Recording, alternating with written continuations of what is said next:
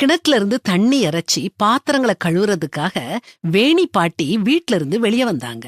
ஆனா கயிற்றுல கட்டியிருந்த வாளிய காணோம். பாட்டி மனசொடிஞ்சு தள்ளாடி வீட்டுக்குள்ள போனாங்க. அவங்க போறத மரத்துக்கு பின்னால ஒளிஞ்சு நின்னு பாத்துக்கிட்டு இருந்த பிரவீன் வாய பொத்திக்கிட்டு சிரிச்சான். வாளிய ஒளிச்சு வச்சது அவன்தான்.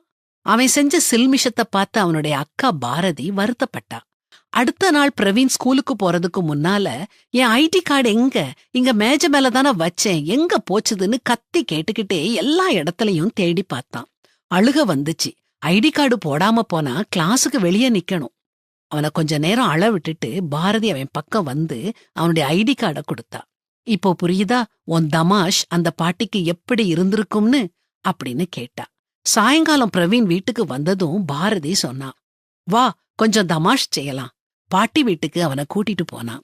இப்போ பார் தமாஷ அப்படின்னு சொல்லிட்டே கிணற்று பக்கம் இருந்த தொட்டியில தண்ணீர் இறைச்சு வேகமா நிரப்புனான்.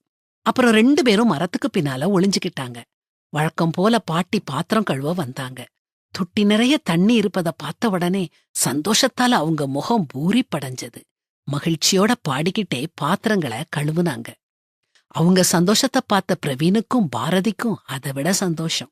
பொதுவா நம்ம தமாஷ்ங்கிற பேர்ல அடுத்தவங்கள நம்ம சொல்லாலும் செயலாலும் நோகடிக்கிறோம். சும்மா ஜோக்குக்கு செஞ்சோம்னு சொல்லி தப்பிக்க பாக்குறோம். அந்த தமாஷ் மத்தவங்களை எவ்வளவு தூரம் பாதிக்குது அப்படிங்கறத நம்ம நினைச்சு பாக்குறதே இல்ல. கொள்ளிகளையும் அம்புகளையும் சாவுக்கேதுவானவைகளையும் எரிகிற பைத்தியக்காரன் எப்படி இருக்கிறானோ அப்படியே தனக்கடுத்தவனை வஞ்சித்து நான் விளையாட்டுக்கல்லவோ செய்தேன் என்று சொல்லுகிற மனுஷனும் இருக்கிறான்.